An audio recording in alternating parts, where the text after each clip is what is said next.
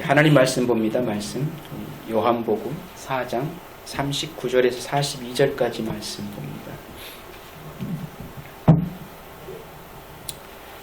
요한복음 4장 39절에서 42절까지 말씀. 그 동네에서 사마리아 사람들이 많이 예수를 믿었다. 그것은 그 여자가 자기가 한 일을 예수께서 다 알아맞히셨다라고 증언하였기 때문이다. 사마리아 사람들이 예수께 와서 자기들과 함께 머무시기를 청함으로 예수께서 이동하여 거기에 머무셨다. 그래서 더 많은 사람들이 예수의 말씀을 듣고서 믿었다. 그들은 그 여자에게 말하였다. 우리가 믿는 것은 이제 그의 말 때문만이 아니요 우리가 말씀을 직접 들어보고 이분이 참으로 세상의 구주이심을 알았기 때문이요. 아멘. 네. 오늘 본문 요한복음 4장 39절에서 42절까지 말씀을 통해서 세상의 구주이신 예수 그리스도라는 제목으로 함께 은혜 나누기를 원합니다. 요한복음 4장은 우리가 너무 익히 잘 알고 있는 본문이기도 하고 또 이미 여러 차례 이 말씀을 나눈 기억이 있기 때문에 여러분 가운데 이 본문의 내용을 모르고 있는 분은 아무도 없을 거다라는 생각을 하게 되어집니다. 이 본문을 대하면서 한 가지 제 마음속에 다시금 확신을 갖게 되어진 것, 그것은 우리는 구원에 대해서 생각할 때에 우리는 우리에게 무언가 특별한 것이 있기 때문에 하나님부터 선택을 받았다라고 생각하고 싶겠지만 성경은 전혀 그렇게 우리에게 도전하고 있지 않다고 하는 사실을 다시금 확인할 수 있는 오늘 본문의 내용이라고 그렇게 확신하게 되어졌습니다. 특별히 하나님께서 신명기 9장 1절과 6절까지 말씀을 통해서도 알 수 있듯이 약속의 땅에 들어가기 전에 이스라엘 백성을 경고하셨던 것과 같이 오늘 우리에게도 똑같은 그 일깨움을 도전하고 있지 않는가라는 그 도전의 메시지를 확인할 수가 있다라는 것입니다. 그것은 이스라엘 백성들이 하나님이 약속하셨던 가나안 땅에 들어서게 될 때 그들 앞에 놓여 있었던 대적들을 쫓아내신 것이나 그 땅을 차지할 수 있었던 것이 그들의 공의로움, 그들의 착함, 그들의 성실함, 그들의 의로움, 그들의 잘함, 그들의 잘남, 그들의 특별함, 그들의 우월함, 이런 것들이 결코 아니라 오직 언약의 하나님께서 그들의 조상 아브라함, 이삭, 야곱에게 하신 그 맹세를 이루기 위함이라고 말씀하고 계시고, 그 본문을 자세히 읽으면 알겠지만 하나님께서 그들을 멸하시는 것은 그들이 악하기 때문인 것이지 너희가 그들보다 나아서가 아니라는 사실을 누차 강조합니다. 그러니까 결코 너희가 그 땅에 들어가서도 우쭐댈 이유 아무것도 없다라는 얘기입니다. 너희도 그들과 별반 다를 것이 없는데, 그러면서 너희는 누구인 줄 아느냐? 대단히 목이 곧은 백성이다 라고 선포하십니다. 목이 곧다라고 하는 것은 고집이 센 백성이라는 얘기입니다. 절대 죄악 가운데서 떠나기를 싫어하는 자들, 그래서 그 죄악으로 말미암아 죽을 수밖에 없는 대상, 하나님의 심판을 피할 수 없는 대상, 그 죄로 사망되어져야 마땅한 인생들이라는 사실을 누누이 강조합니다. 결코 너희가 하나님 백성으로 살아가는 것이 너희 의 때문이 아니다 라는 사실을 강조해 주고 있는 사실을 발견할 수가 있습니다. 그러므로 인생의 공의로움은 자신의 구원을 위해 내어놓을 것이 없다라는 것이기도 한 겁니다. 오히려 이스라엘 백성들은 목이 곧은 백성이라 결코 하나님 앞에서 자신들의 구원을 위해서 순종이라는 공의로움을 발휘해낼 수 있는 대상들이 못 된다. 그래서 그 이스라엘 백성들은 끝까지 불순종의 삶으로 구약을 마무리 짓는 겁니다. 절대 순종이라는 삶으로 하나님 앞에 자신들의 구원을 스스로 쟁취하신 대상이 못 된다는 사실을 보여주고 있는 거예요. 그처럼 오늘 저와 여러분들의 구원도 하나님께로부터 그렇게 하나님의 선물로 주어진 사실을 우리가 얼마나 인정하고 살아가고 있을까라고 하는 것입니다. 오늘 말씀의 제목이 세상의 구주이신 예수 그리스도입니다. 사마리아 사람들이 예수 그리스도가 세상의 구주라는 사실을 고백하고 있는 현장인 거거든요.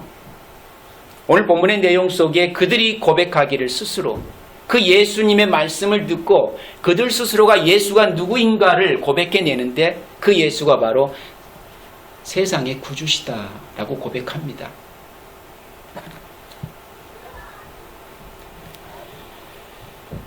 세상의 구주, 세상의 구주.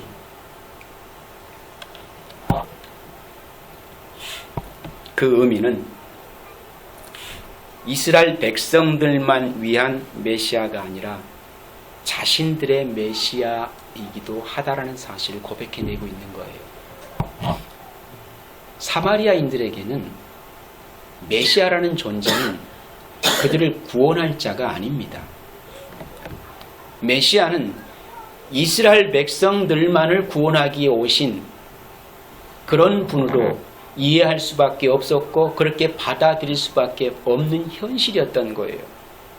그리고 구원은 자신의 인생들과는 전혀 무관한 겁니다. 왜? 자신들은 이미 세상 가운데 있는 자들이라고 평가를 내리고 있기 때문에 그렇습니다. 누구로부터입니까? 이스라엘 사람들로부터 사마리아 사람들은 구원받을 수 없는 존재, 그런 사람들이라고 이미 평가가 내려진 현실입니다. 그런데 주님이 그 사마리아 사람을 찾아와 만나주시고 그들에게 구원을 베푸셨다라는 것. 이 얼마나 놀라운 기적인가라고 하는 겁니다.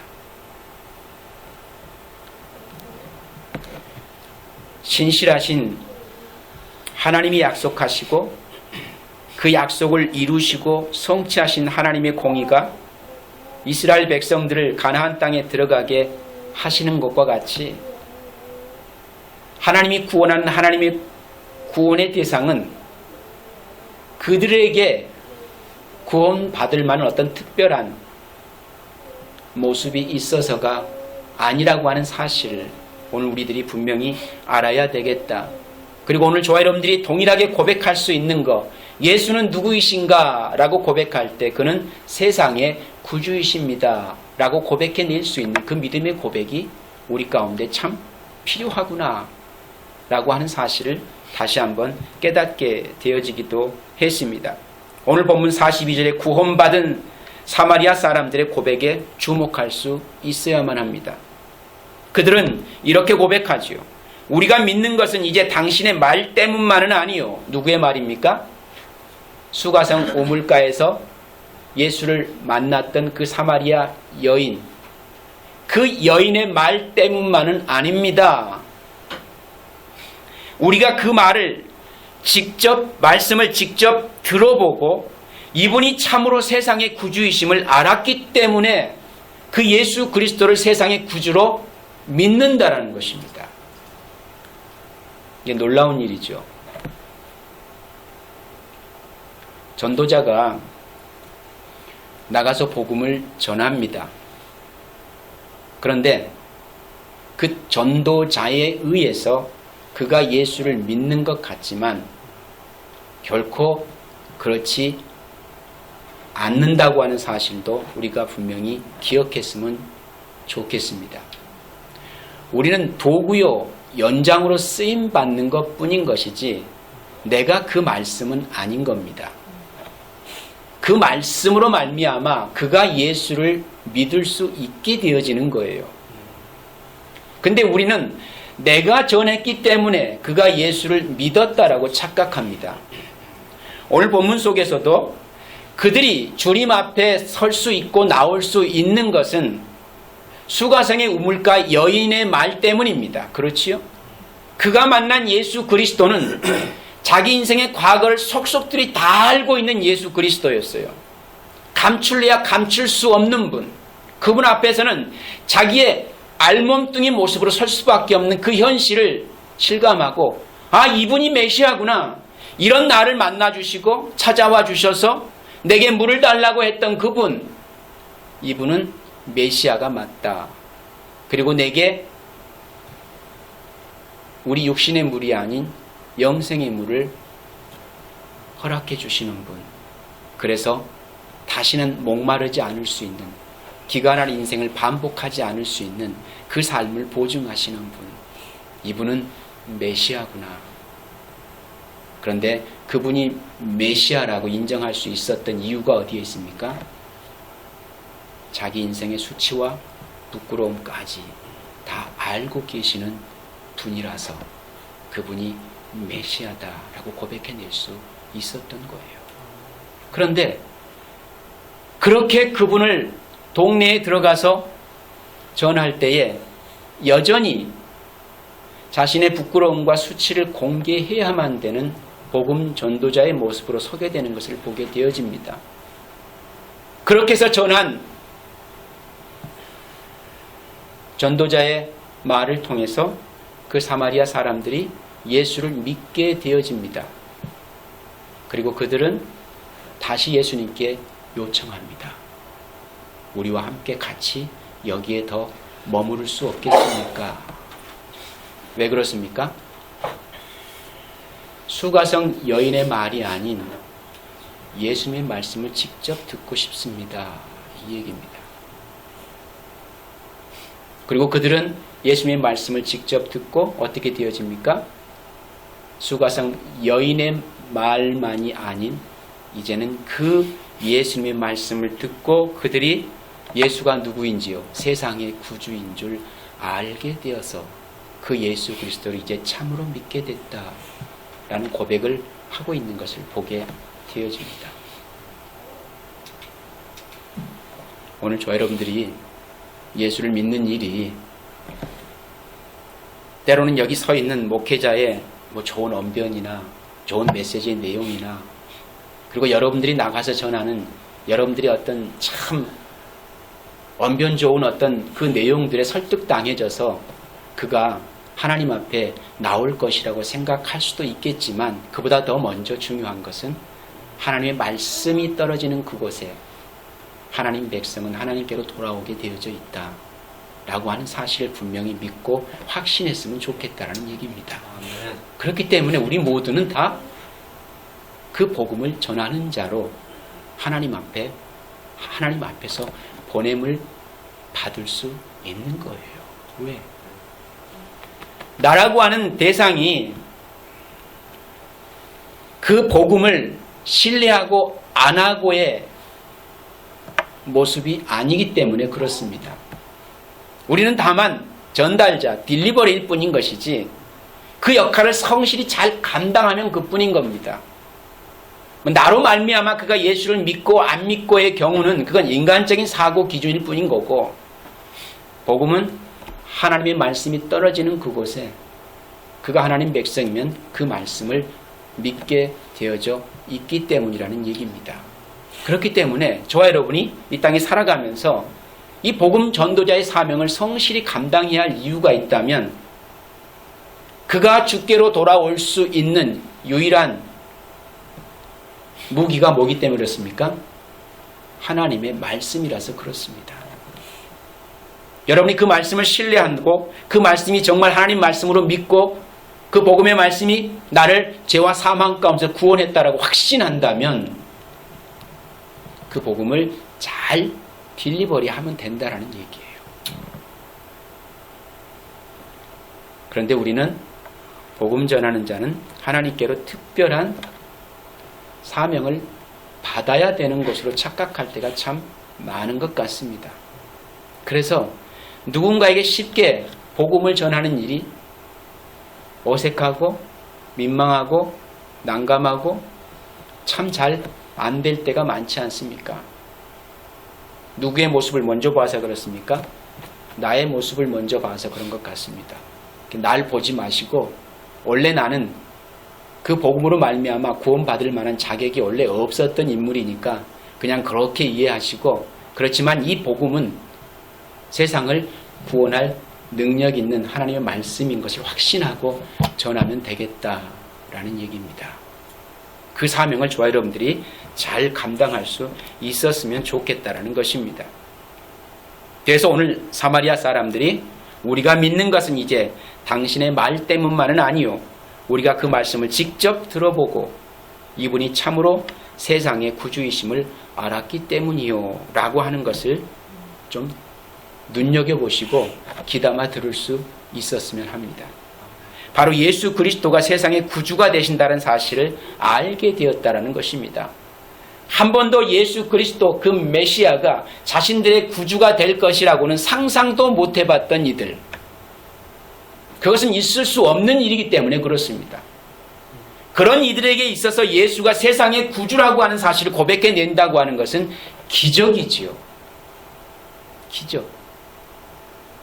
그 믿음을 어떻게 가질 수 있었을까? 그건 기적이죠. 주님만이 하실 수 있는 겁니다. 주님만이. 사마리아 사람들이 이스라엘의 메시아, 이스라엘 백성들의 구원자가 어떻게 자신들의 구원자라고 고백해낼 수 있겠는가라고 하는 거예요. 있을 수 없는 일인데 그런 일이 일어나더라. 하나님이 하시는 겁니다. 그들은 예수님의 말씀을 듣고 이분이 바로 우리의 구원자라고 그 사실을 확실하게 믿고 알게 되었다라는 얘기입니다.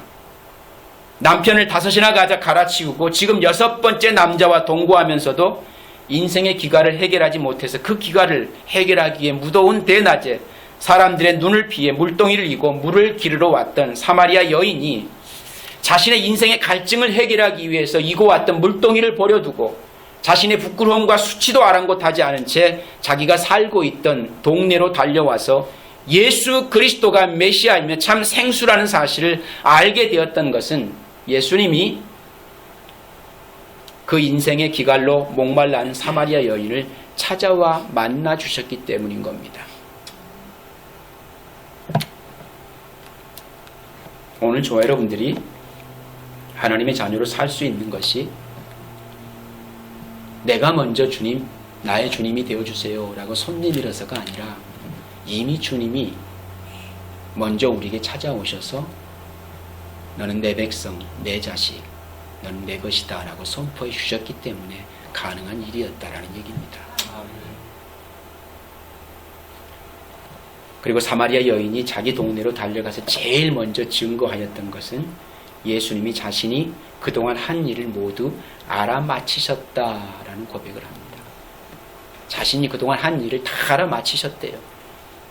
그래서 그 예수가 메시아인 걸 알게 되었고 그 예수로 말미암아 이제는 목말라 하지 않을 수 있는 참 생수를 얻게 되었다라는 것입니다.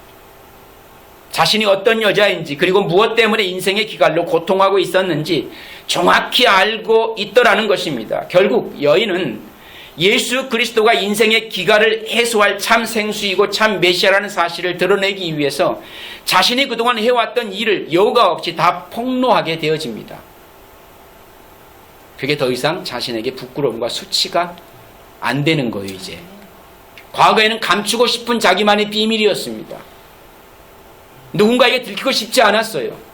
사람들이 자기를 비아냥거리고 속닥대고 하는 그 소리가 듣고 싶지 않아서 남들이 아무도 오지 않는 벌건 대낮에 정오 12시에 거기에 물을 기르러 와야 했던 그 여인, 뭘 피해서입니까? 다른 사람들의 수군거림이 싫었던 것입니다. 이미 자기가 얼마나 못된 여자이고 얼마나 추한 여자인지 너무나 잘 알고 있는 거지요. 그렇지만 그 사람들이 그렇게 하는 소리는 듣고 싶지 않은 겁니다. 듣고 싶지 않은 거예요. 그런데 더 이상 그 소리가 귀에 거슬리게 들리지 않게 되어졌습니다. 왜? 나 그런 여자인 걸 이미 인정해버렸기 때문에. 인정해버렸기 때문에. 누구를 통해서? 예수님 앞에서. 예수님이 너 그런 여자 아니니? 라고 했을 때 맞아요. 어떻게 하셨어요? 라고 인정해버리니까 더 이상 이제 사람들이 자기에 대해서 수군거리는 그 소리가 자기를 부끄럽게 하지 않게 된 사실을 알게 되어진 겁니다.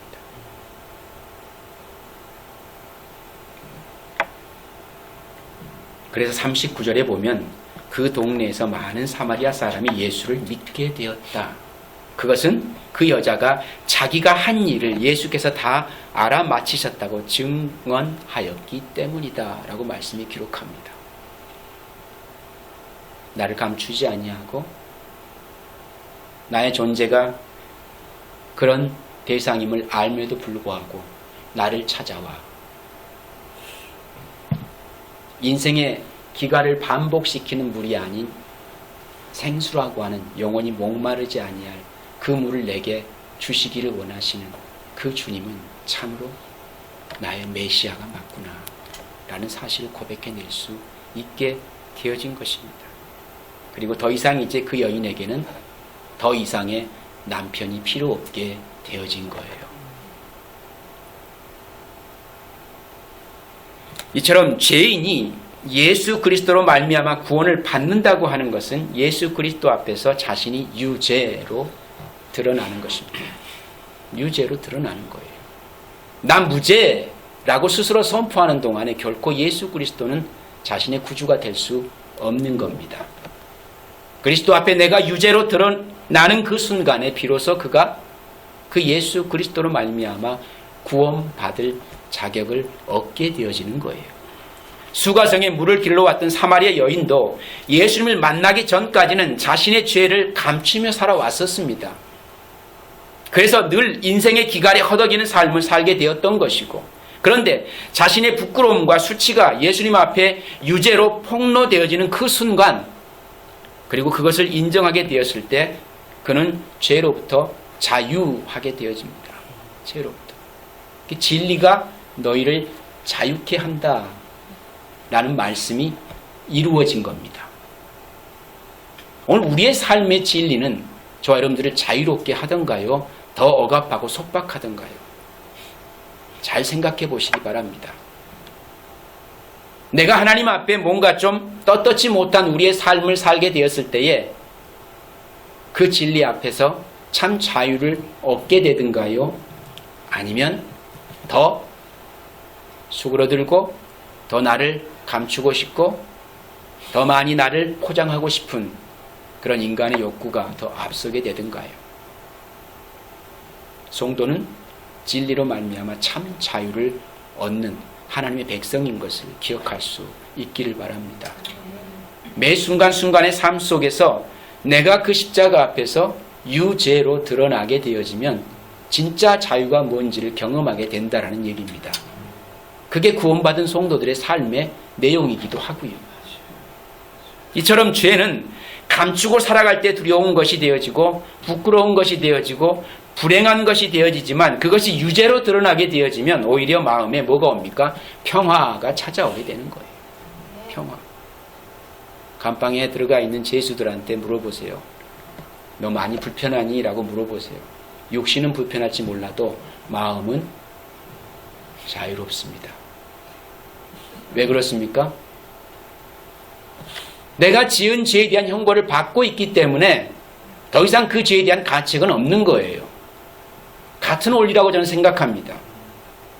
내가 죄책으로 거기에 맞는 응당한 벌을 받지 않고 있는 상황 속에서는 그 죄가 굉장히 내게는 부끄러움과 수치의 대상이 될 수 있습니다. 그리고 누군가에는 감추고 싶은 대상일 수도 있습니다. 누가 아는 것이 두려울 수도 있습니다. 그렇지만 그게 폭로되어지고 그 죄에 맞는 심판이 내게 주어지게 되어지면 더 이상 그 죄 때문에 자책하지 않게 되어지는 거예요. 결국 감방에 갇혀있는 죄인들이 사실은 제일 자유한 삶을 살고 있다라고 생각할 수도 있습니다. 몸은 불편하겠지만 그러나 마음만큼은 자유롭겠다. 왜 그렇습니까? 그 형벌을 받고 있잖아요. 오히려 이렇게 우리가 자유로운 것 같지만 세상 죄 가운데서 끊임없이 씨름해야 되는 저와 여러분들은 참 자유롭지 못합니다. 참 많이 불편하지 않습니까? 많이 속이고 많이 감추고 많이 아닌 듯 해야 되고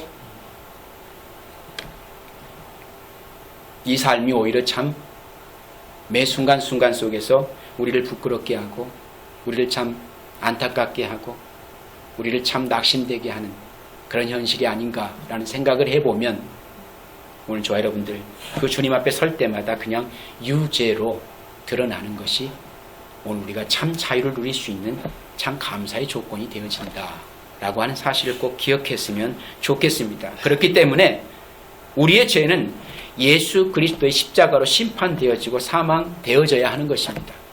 그리고 다시 예수 그리스도의 부활과 함께 그의 의로움으로 살아나야 하는 겁니다. 그리고 다시 예수 그리스도의 부활과 함께 그의 의로움으로 살아남으로 말미암아 이것을 무엇이라고 합니까? 구원, 영생이라고 하는 거예요. 그래서 구원은 새로운 피조물로 다시 태어나는 것입니다. 이것은 새 사람이 되었다고 하는 거예요. 더 이상 옛사람의 굴레에서 허덕이지 않아도 좋습니다.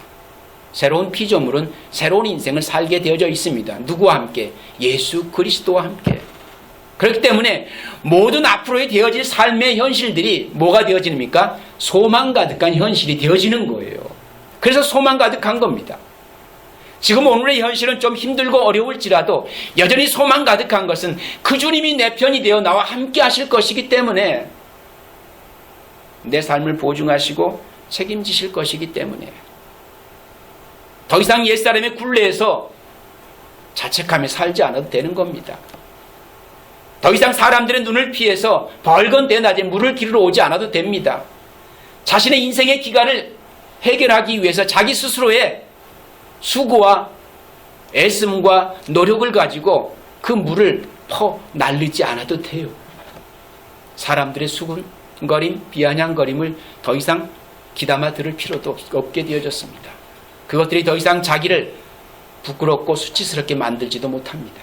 뭐 때문입니까?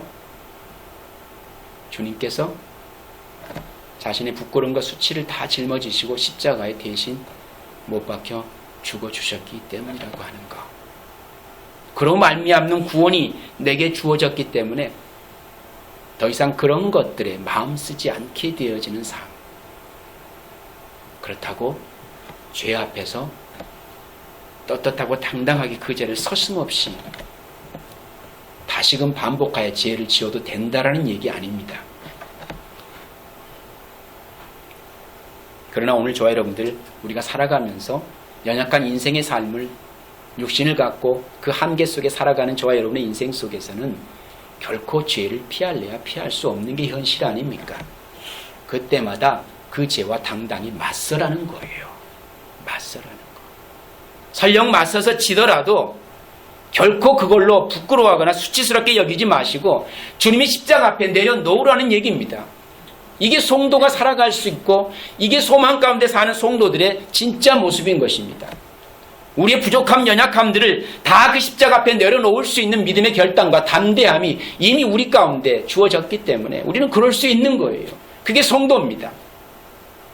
내가 잘하고 내가 사람들로부터 칭찬받고 격려받는 그런 좋은 것들, 내가 생각하기에 좋은 것들, 그런 것들만 주님이 기뻐하신다고 생각하는 것 자체가 우리가 그 예수 그리스도에 대한 바른 이해를 갖고 있지 못하다는 증거예요. 주님은 우리가 잘한 것을 바라시는 게 아닙니다. 우리가 잘하고 있는 것을 기대하고 계시는 게 아니에요. 좀 못하면 어떠니? 좀 부족하면 어떠니?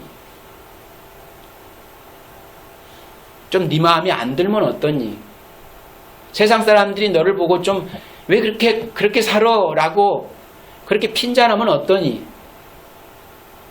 그런 삶들을 주님 앞에서 가장 당당해질 수 있는 삶, 이 삶을 고집하여 살아가는 일이 저는 그리스도인이라고 생각합니다.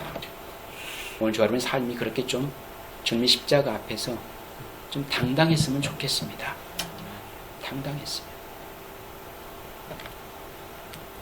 신앙생활을 자꾸 나를 좀 더 아름답게 꾸미고 덧입는 일에 열심하지 말란 얘기입니다. 그것이 얼마나 무익하고 얼마나 하나님 앞에서 어리석고 미련한 삶인지를 좀 저와 여러분이 좀 알았으면 좋겠다라는 생각을 하게 되어집니다.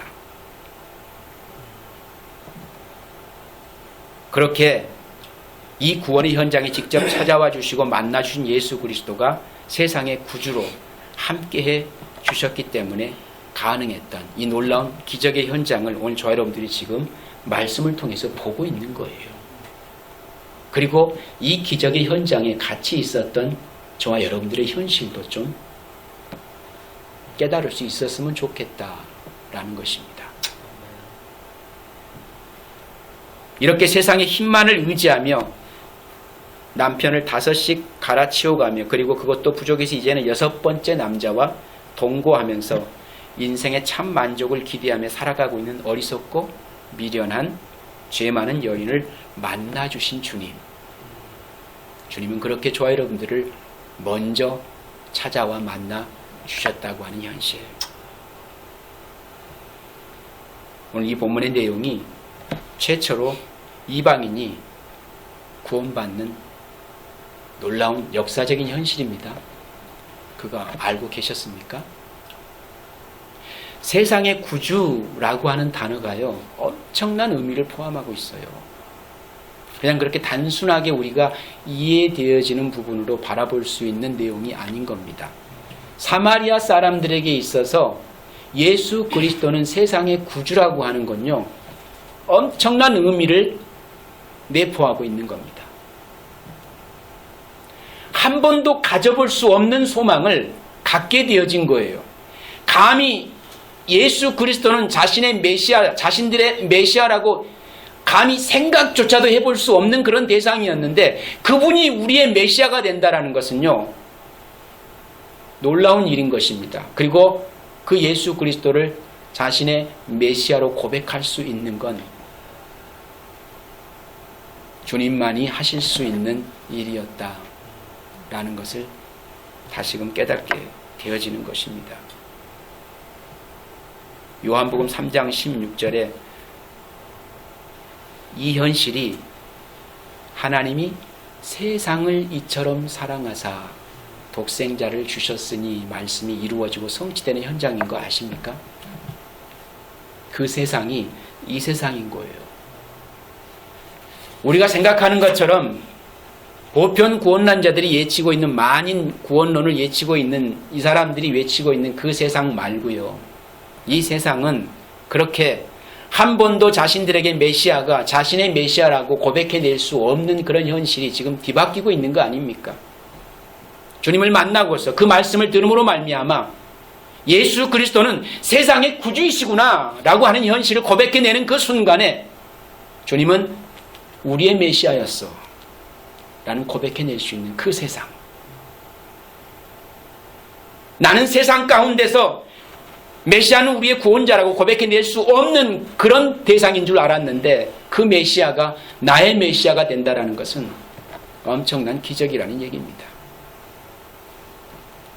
그렇게 예수님께서는 저와 여러분들의 메시아가 되어 주셨던 거예요.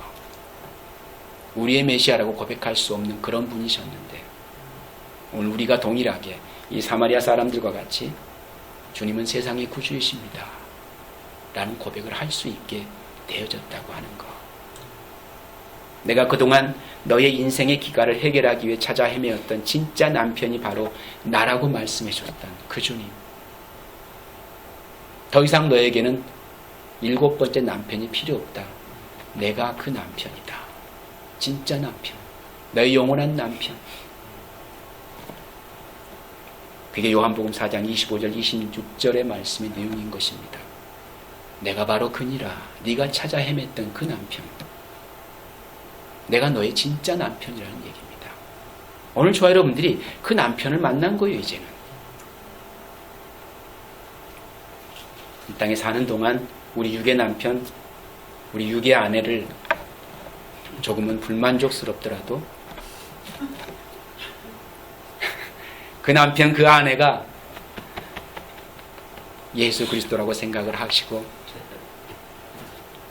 바라봐 주시면 좀 더 여유롭고 넉넉해진 마음이 생기지 않겠는가. 이렇게 예수님이 세상의 구주가 되신 것이 언제 이루어진 사건이 되어진 겁니까? 이 사실을 알아야 돼요.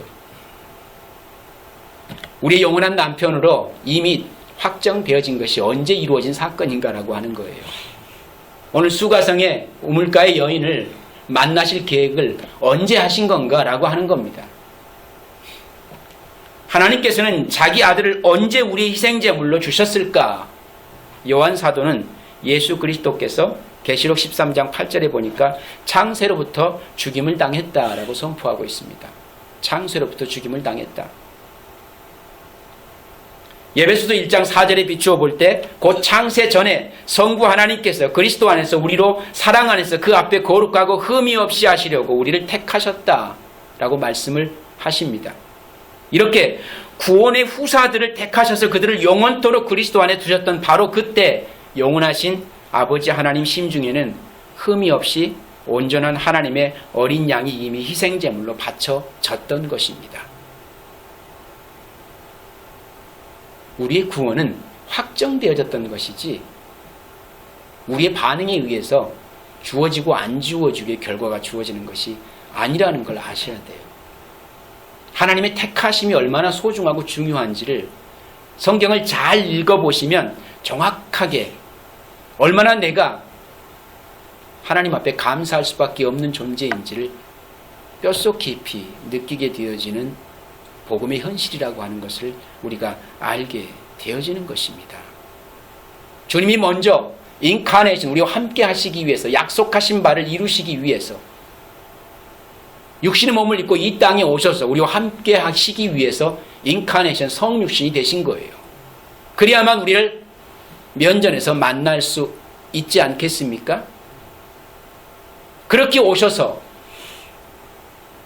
저와 여러분들을 영원히 함께 할 수 있는 그런 주님으로 우리와 함께하고 계시다고 하는 그 현실, 그것이 어느 날 갑자기 이루어지는 사건이 아니라 창세전에 이미 하나님의 계획 속에서 이루어지고 성취되어져 있었던 사건이었다라고 하는 사실을 우리가 안다면 나의 구원의 가치가 얼마나 소중한지를 다시금 새롭게 이해될 수 있는 현실이 되어지는 것입니다.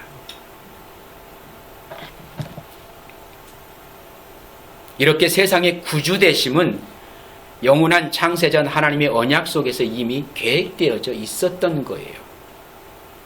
물론 그 예수 그리스도께서는 그 백성의 죄를 위해 최종적 희생 제물이 되셨던 것입니다. 그러므로 예수께서는 사마리아 여인의 죄를 짊어지시고 십자가에서 죽으시고 다시 살아나셔서 다시는 그 여인이 목마르지 아니하는 영원한 생수가 되셔서 사마리아 여인의 기갈을 해결해 주셨던 것입니다.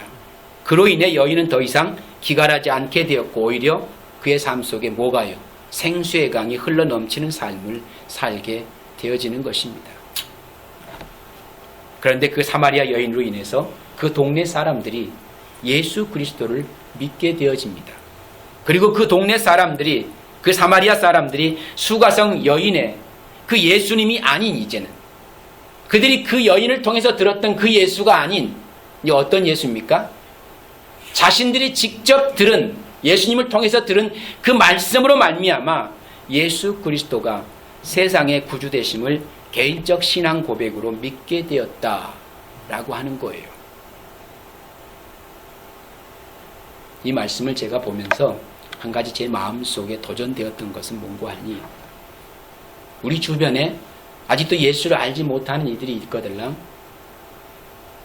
하나님 말씀을 들을 수 있도록 이끌어내는 역할자로서의 도구로 쓰임받을 대상은 바로 저와 여러분들이라고 하는 것입니다.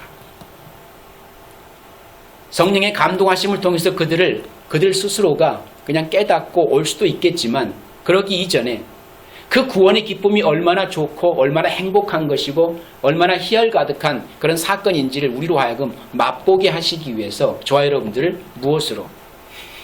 그 사랑을 딜리버리하는 전도자로, 파수꾼으로 세워주셨다라는 거예요. 그래서 그 역할을 하라고 계속 우리에게 도전합니다. 그리고 우리의 삶들을 끊임없이 어디로? 그 세상으로 파송시켜 주십니다.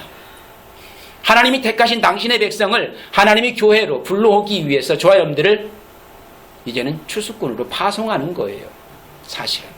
그래서 그 세상 속에 살아가게 하시고 그 세상의 울타리 가운데서 여전히 하나님 백성으로 바르게 살아내도록 저와 여러분들의 삶을 독려하고 있는 것입니다. 뭘 위해서요? 이곳에서 하나님의 말씀을 듣도록 하기 위해서, 그리고 그 말씀으로 말미암아 우리 주 예수 그리스도가 누구이신지를 바르게 깨달아 알아 그를 자신의 구주로 믿을 수 있도록 하기 위해 이 땅의 교회라고 하는 공동체 안으로 세상 사람들을 불러들이시기를 원하시는 거예요. 그 세상 속에 누가 있기 때문에? 하나님이 택하신 백성들이 있기 때문에 그러시는 것입니다. 결국 오늘 우리가 전도하는 것은 구원의 기쁨이 무엇인지를, 그 기쁨이 얼마나 기쁜 일인지를 우리로 하여금 경험하도록 하시기 위한 하나님의 배려다라는 거예요. 하나님이 다 하실 수 있는데 직접 찾아가셔서 말씀으로 하실 수도 있고, 직접 찾아가셔서 독려할 수도 있고, 직접 찾아가셔서 겁을 줘가지고 돌아오게 할 수도 있습니다. 어떤 방법을 써서라도 하나님은 그들을 꼭 기필코 하나님이 교회로 돌아오게 하십니다. 그 일을 하나님이 다 하실 수 있어요. 그런데 지금 하나님은 그 사역을 오늘 저와 여러분들에게 맡기셨다고 하는 거. 뭘 위해서요? 우리의 기쁨을 위해서. 우리의 참 기쁨을 위해서. 저는 그게 전도라고 생각합니다. 나의 기쁨을 위해 내게 허락하신 사명, 그게 전도구나. 오늘 이 본문을 보니까 그것을 다시금 깨달을 수 있게 되어졌습니다. 오늘 이 사마리아 사람들처럼 그래서 이곳에 와서 자신의 신앙 고백으로 예수 그리스도는 우리의 구주이시구나 라는 고백을 하게 하시는 거예요.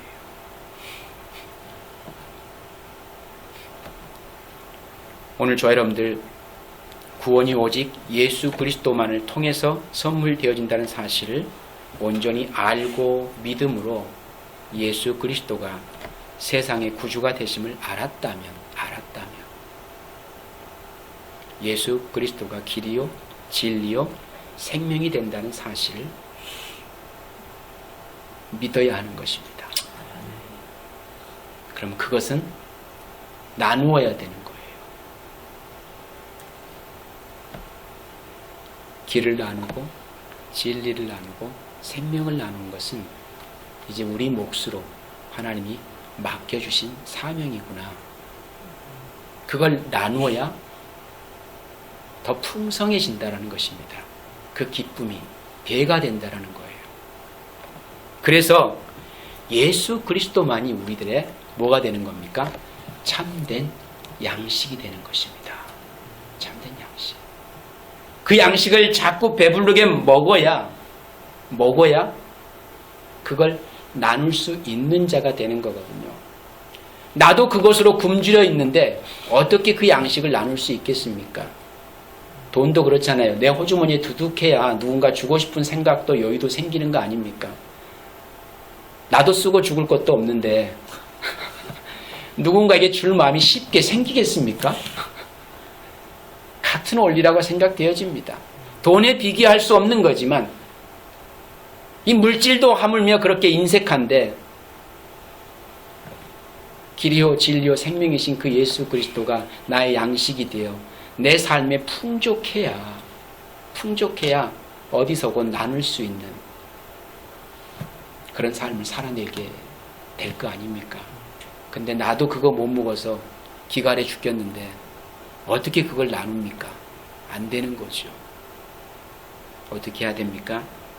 복음의 진리의 말씀을 외면하지 마시고 끊임없이 섭취하셔서 그걸 잘 소화하시고 그래서 그 예수 그리스도만이 참 진리고 길이고 생명이구나 라고 하는 것을 저와 여러분의 이웃들에게 마음껏 나눌 수 있는, 그래서 그리스도는 세상의 구주이십니다. 하나님이 세상을 이처럼 사랑하사 라고 하실 때 바로 그 말씀을 듣고 그가 예수를 믿게 되어지면 하나님이 세상을 이처럼 사랑하셨구나 라는 고백이 이루어지는 거예요. 그 하나님의 선포가 성취되는 현장이 되어지는 것입니다. 사마리아 사람들이 예수 그리스도가 우리의 구주이시구나 라고 하는 그 고백의 현장에 뭐가 이루어진 거예요? 하나님이 세상을 이처럼 사랑하사가 이루어지고 성취되어지는 현실인 거구나. 우리의 삶 속에 그 놀라운 기적을 경험하고 살아가는 여러분 되시기를 주님의 이름으로 당부를 드립니다. 기도하겠습니다.